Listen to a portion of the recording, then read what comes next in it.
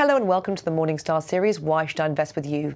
I'm Emma Wall and I'm joined today by Stephen Message, manager of the Old Mutual UK Equity Income Fund. Hi, Stephen. Hi there. So let's talk about the oil price, above $50 a barrel for the first time in 2016. What does it mean?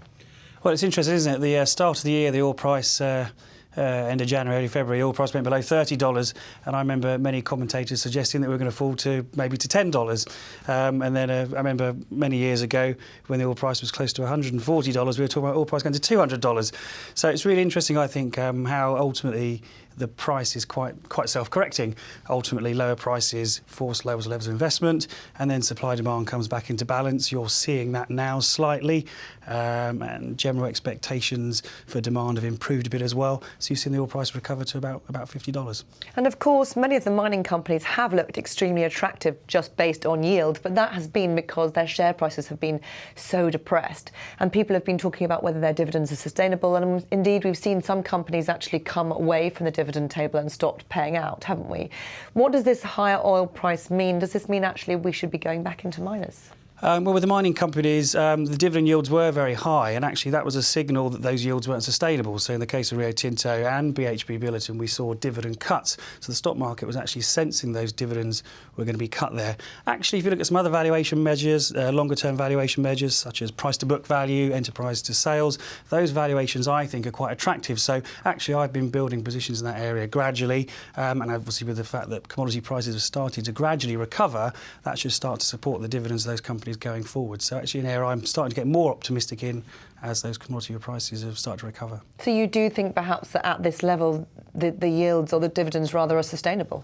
Well, given the magnitude of those dividends, the cuts that we saw, I do think they are from here, yes, barring obviously another significant commodity price fall. What you saw with both of those companies do, which I think is the right thing to do, is they moved away from a progressive dividend policy to one where the policy was much more a function of profits within the business or payout ratios. Because ultimately, if you're operating in a cyclical business, it's very hard to operate a progressive dividend policy absolutely into the future. So I think the dividend policy is a lot more sensible now, whereas much more derived on what's going in profits. But I think from this level, if we look at the yields a bit further out, the yields they're offering, I think, are quite attractive. Now, I can't let you go because you are a UK equity manager without talking about Brexit. Yep. Of course, that's the other thing, the other uncertainty on the horizon other than commodity prices. Has it affected the way that you're constructing your portfolio at all? Well, we're approaching the referendum now, aren't we? There's quite a lot of noise around it at the moment.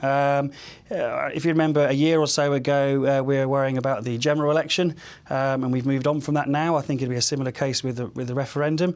It has affected certain companies in the portfolio, particularly a number of companies, financially operated companies, domestic companies as well. We're of the view at Old Mutual, I'm of the view anyway, that actually we will remain. And you've sort of seen some of those companies more exposed to a Brexit scenario. The share prices start to recover. A number of mid-cap companies have started to recover. And also within the currency as well has started to improve as well. So it's not without risk. I don't think the scenario will play out. You start to see some of those areas recover. Stephen, thank you very much. Thank you. This is Emma Wall from Morningstar. Thank you for watching.